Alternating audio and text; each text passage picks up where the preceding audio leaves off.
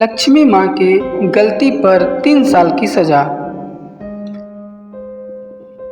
एक बार भगवान विष्णु जी शेषनाग पर बैठे बैठे बोर हो गए और उन्होंने धरती पर घूमने का विचार किए।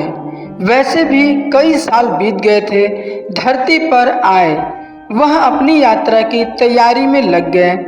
स्वामी जी को तैयार होता देखकर लक्ष्मी माँ ने पूछा, आज सुबह सुबह कहाँ जाने की तैयारी हो रही है?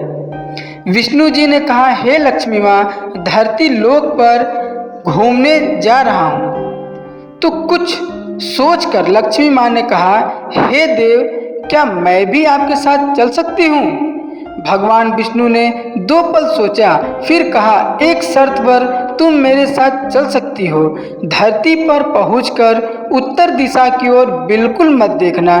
इसके साथ ही माता लक्ष्मी ने हाँ कह के अपनी मनवा ली और सुबह सुबह माँ लक्ष्मी और भगवान विष्णु धरती पर पहुंच गए। अभी सूर्य देवता निकल रहे थे। रात बरसात होकर हटी थी। चारों ओर हरियाली ही हरियाली थी। उस समय चारों ओर बहुत शांति थी और धरती बहुत ही सुंदर दिख रही थी और माँ लक्ष्मी मंत्रमुग्ध होकर धरती को देख रही थी और भूल गई कि पति को क्या वचन देकर आई हैं और चारों ओर देखती हुई कब उत्तर दिशा की ओर देखने लगी पता ही नहीं चला।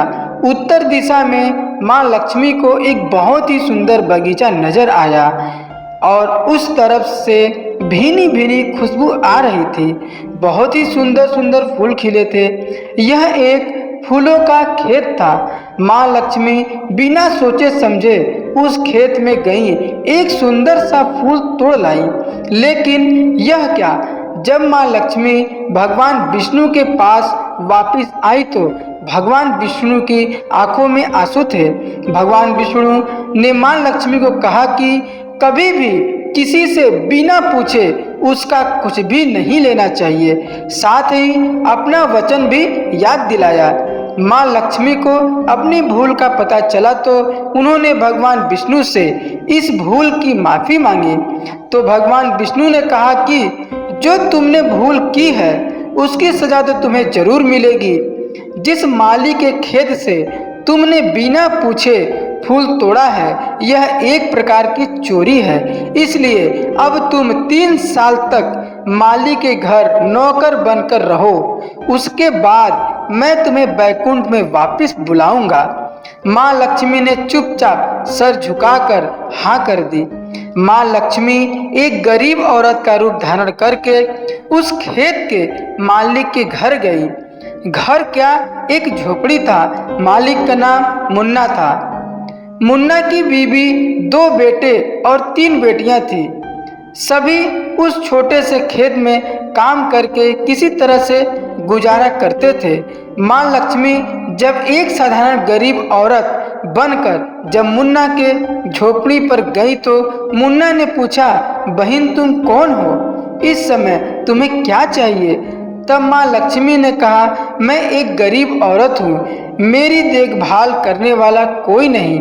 मैंने कई दिनों से खाना भी नहीं खाया। मुझे कोई भी काम दे दो, साथ में मैं तुम्हारे घर का काम भी कर दिया करूँगी। बस मुझे अपने घर में एक कोने में आसरा दे दो।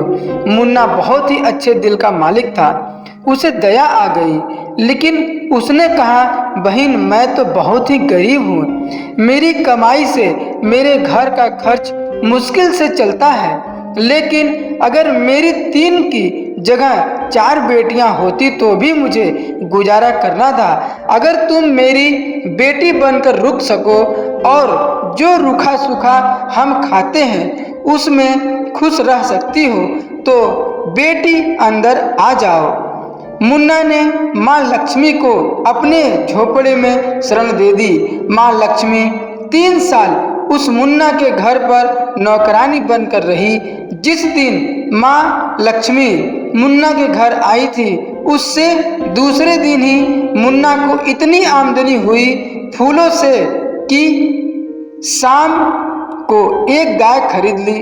फिर धीरे धीरे मुन्ना ने काफ़ी ज़मीन खरीद ली। सब ने अच्छे अच्छे कपड़े भी बनवा लिए। फिर एक बार बड़ा पक्का घर भी बनवा लिया। बेटियों बीबी ने गहने भी बनवा लिए। अब मकान भी बहुत बड़ा बनवा लिया था। मुन्ना हमेशा सोचता था कि मुझे यह सब इस महिला के आने के बाद मिला है। इस बेटी के रूप में मेरी किस्मत आ गई है। अब 2-4 साल बीत गए थे, लेकिन माँ लक्ष्मी अब भी घर में काम करती थी। एक दिन मुन्ना जब अपने खेतों से काम खत्म करके घर आया तो उसने अपने घर के सामने द्वार पर एक देवी स्वरूप गहनों से लदी एक औरत को देखा। ध्यान से देखकर पहचान गया, अरे यह तो मेरी मुंह बोली चौथी बेटी यानी वही औरत है। पहचान गया कि यह तो माँ लक्ष्मी है। अब तक मुन्ना का पूरा परिवार बाहर आ गया था। सब हैरान हो गए, माँ लक्ष्मी को देख रहे थे। मुन्ना बोला, हे माँ, हमें माफ़ कर दीजिए, हमने आपसे अनजाने में ही घर खेत में काम करवाया। हे माँ, यह कैसा अपराध हो गया। हे माँ, हम सबको माफ़ कर दे। अब माँ लक्ष्मी मुस्कुराई और बोली, हे मुन्ना, तुम बहुत ही अच्छे और दयालु व्यक्ति हो। तुमने मुझे अपनी बेटी की तरह से रखा, अपने परिवार की सदस्य की तरह से। इसके बदले मैं तुम्हें वरदान देती हूँ कि तुम्हारे पास कभी भी खुशियों की और धन की कमी नहीं रहेगी। तुम्हें सारे सुख मिलेंगे जिसके तुम हकदार हो। फिर माँ अपने स्वामी के द्वारा भेजे रथ में बैठकर बैकुंठ चली गई। इस प्रकार से इस कहानी खत्म होती है। अगर यह कहानी अच्छी लगी तो आप कृपया करके इस चैनल को सब्सक्राइब कर लीजिए, अपने मित्र यार दोस्तों में इसको शेयर कर दीजिए। तब तक के लिए आपका दिन मंगलमय हो।